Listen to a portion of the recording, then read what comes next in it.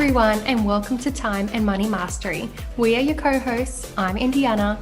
And I'm Sam. Before we dive in, make sure you hit that subscribe button so you never miss out on any of our episodes. Now, let's get started.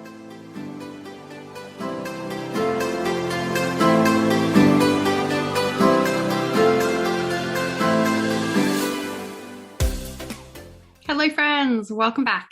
Today's episode is Investing 101, the basics. Now this episode is a little bit overdue. I do apologize, but there are just so many topics and things that I want to talk to you guys about. There's honestly just not enough time in my week to get around to everything. So I'm very excited to be talking about this one. You will need a pen and paper or grab your journal, whatever you do your writing in, and come back to this. I'll give you a second if you want to pause it here. Otherwise, listen to this episode once through and then come back when you can actually write these things down because you will need to. Now, the way I have structured this is by asking yourself 5 questions that will help you begin your investing journey. So this is why you need that pen and paper. Let me just touch on what investing is and why I love it. So basically, it just means spending money on an asset that will hopefully bring you money back in the future. Of course, there are no guarantees. Past performance does not indicate future performance and all those disclaimers. But generally speaking, when you're investing into an asset with the purpose of it having a return and paying you more money in the future, that is an investment. Okay. And the reason I love this is because it can be very passive. Once you have purchased your investment, there's often not a lot of work involved after that, especially with shares. Obviously, property is quite different. But when we're talking about shares and things like that, it is quite one time and then you just leave it and let it settle. So step 1, why do I want to invest? Okay. I need you to really think hard on this. This is the foundation to investing. Why do I want to invest? What is the reason I want to invest? Is it because you actually want to? Is it because someone's told you to? Or is it because everyone else is and you're having a bit of FOMO and don't want to miss out? Why do you want to invest? It's really important to ask yourself that question because it will form the basis of all your decisions. Now, for me, when I was doing this, the reason I wanted to invest was for long-term building of wealth. I wanted to produce wealth that I could build up and I could have for a long time and could eventually lead to financial freedom. Now, this might not be your reason, but that is mine, just as an example. And take a few moments to answer that question. Now, question 2, how much will I invest? This can be answered by determining your investing goal or goals. There might be a few. You need to really determine from, the reason why you're doing this is next, what are your goals around investing? Are you trying to achieve something specifically, whether in the short term or the long term? You need to know that if you're wanting to purchase a car within the next 12 months, investing isn't going to be the best option for you because investing and specifically in shares is about, buying and holding for the long term, and wealth is accumulated over the long term, 10 years to 30, 40, 50 years. So if you're wanting to purchase a car in the next 12 months and you think investing is going to get you there, it's probably not the best decision for you right now. This is why we want to determine why we're investing, what are our goals, so that we can determine, whether we even want to go ahead with investing or maybe it's not the right time for you. Now, if you're wanting to build wealth for retirement and, a goal that's far, far away, many decades in the future, then investing could be an excellent option for you as it takes a lot longer and it's kind of something that needs time to brew. It's kind of like a tea. You can't just pour the water in and then, expect to drink it straight away. You need to leave the water in there and let the tea leaves brew over time. Okay. Now, I don't know where that analogy came from. It was really random, but you get the idea.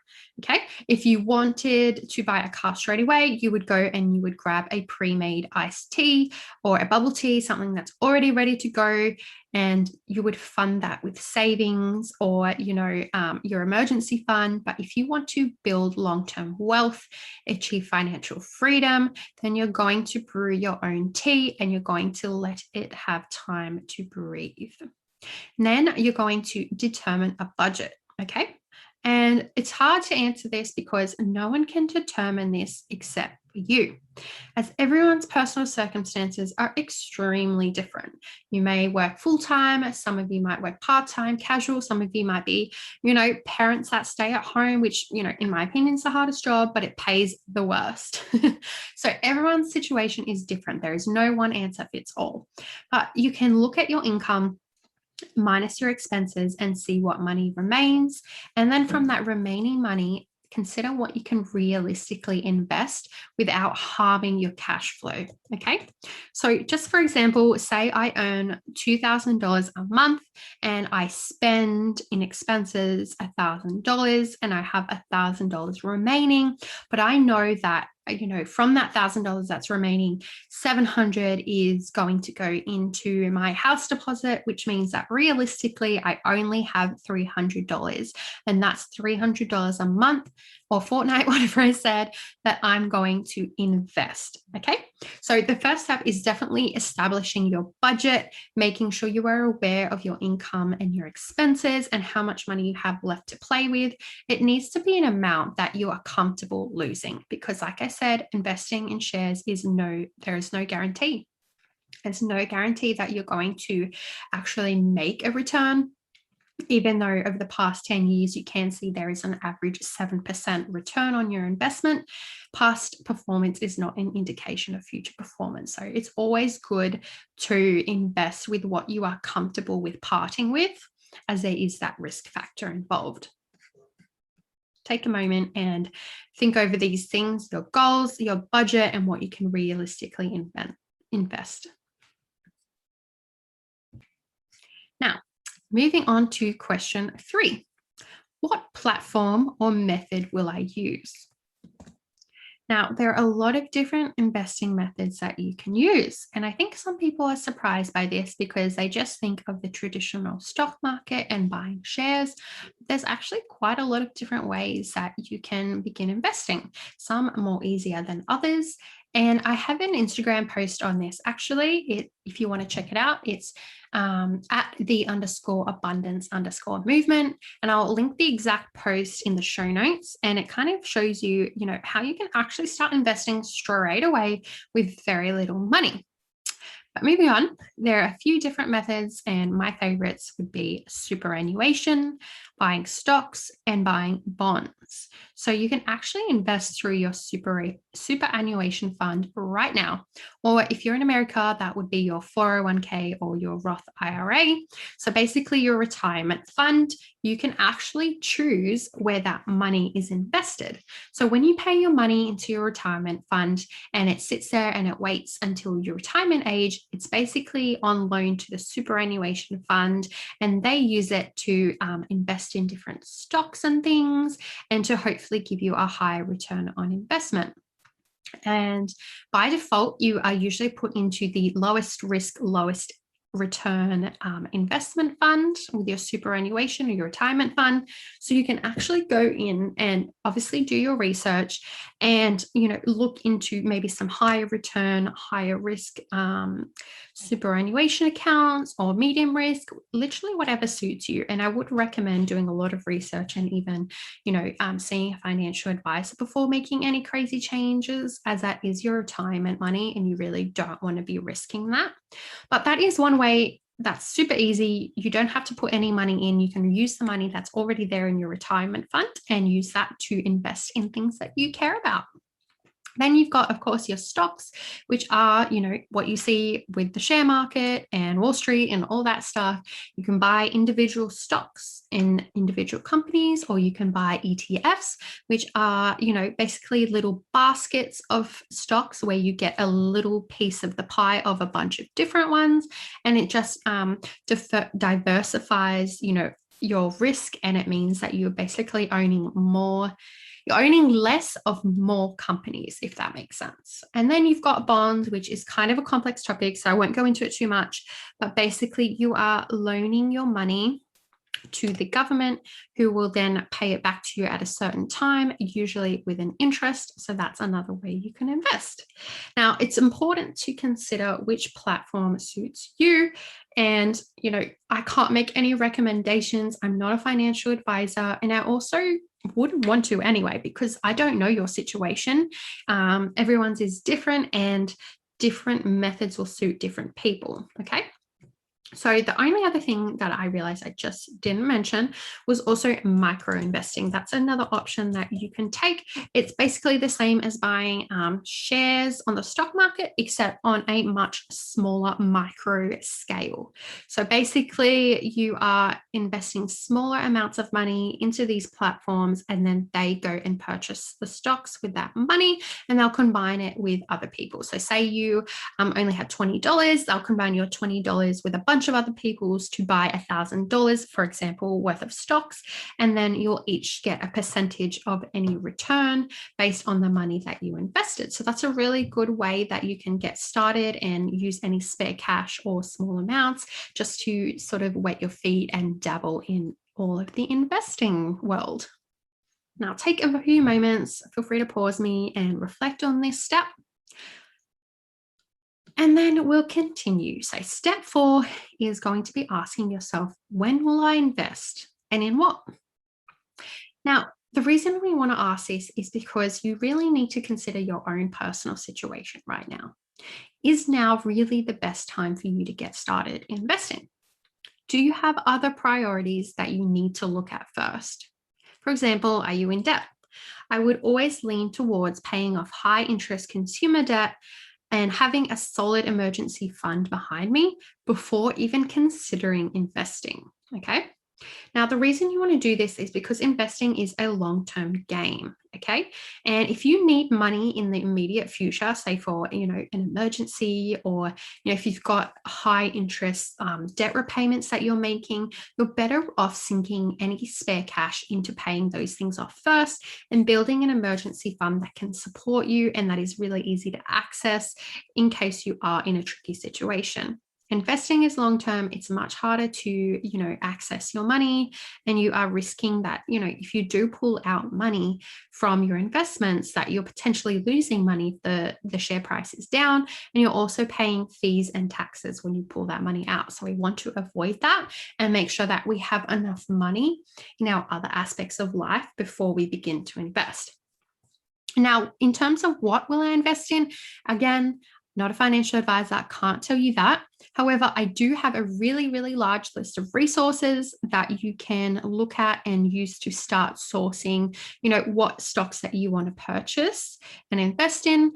And if you would like to get your hands on that, it is our Investing 101 workbook, and it will be available completely for free for download in the show notes. Alternatively, just drop us a DM at Time Money Mastery, and we will send you that Investing 101 workbook, and it will just really set you on the right path. It summarizes everything we're talking about today, as well as giving you the questions to fill out and all the resources to go and check out. And yeah, the biggest piece of advice is just do your research. Don't fall into the trap of listening to other people. Don't fall into the hype. I recently did a reel on this. Don't fall into the hype of what other people are talking about. If you remember the saga of GameStop, you don't want to be falling prey to that. I personally am not into crypto. I'm not falling into that. It's not my thing. I'm not into it. I'm not into day trading, Forex, any of those sort of what I consider gimmicky, hyped up stocks. Same as Tesla. And that was like a really big hyped up stock for a while. And I decided I didn't want to listen to what other people were saying. And, it's totally your choice. But for me, I'd rather do my own research, know what I'm investing in, look at the past 10, 20, 30 years of returns on that stock, see how it's going, how it's tracking. There's lots of financial documents and platforms that you can go and read predictions and forecasts that are much more reliable than listening to someone on the internet or even me in a podcast and listening to my recommendations. It's really something you need to research and learn and invest and be comfortable in that decision for yourself, because it's your hard-earned money, and don't fall prey to what other people say. Okay. Now take a moment and reflect on these and pause me here and come back when you're ready for step 5. Now, step 5 is the very last step, and this one's an easy one. It's take messy action. And now my own version of this is take brackets calculated messy action.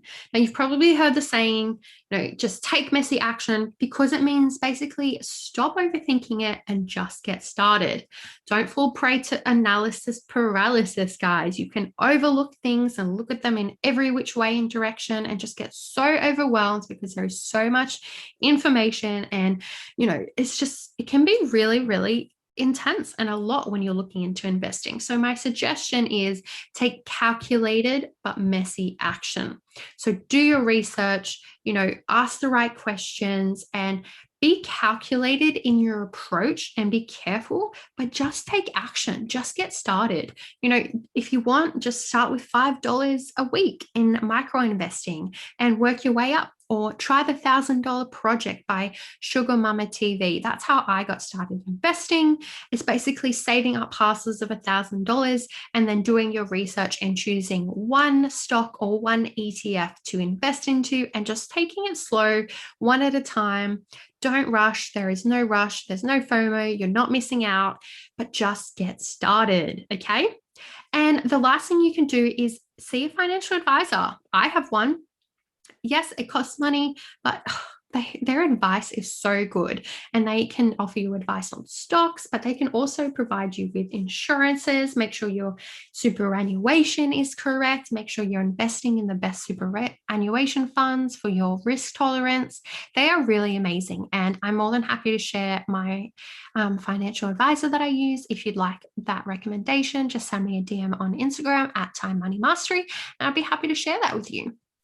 Now, in summary, because I know that was a lot of information, I just want you to go back, download your workbook.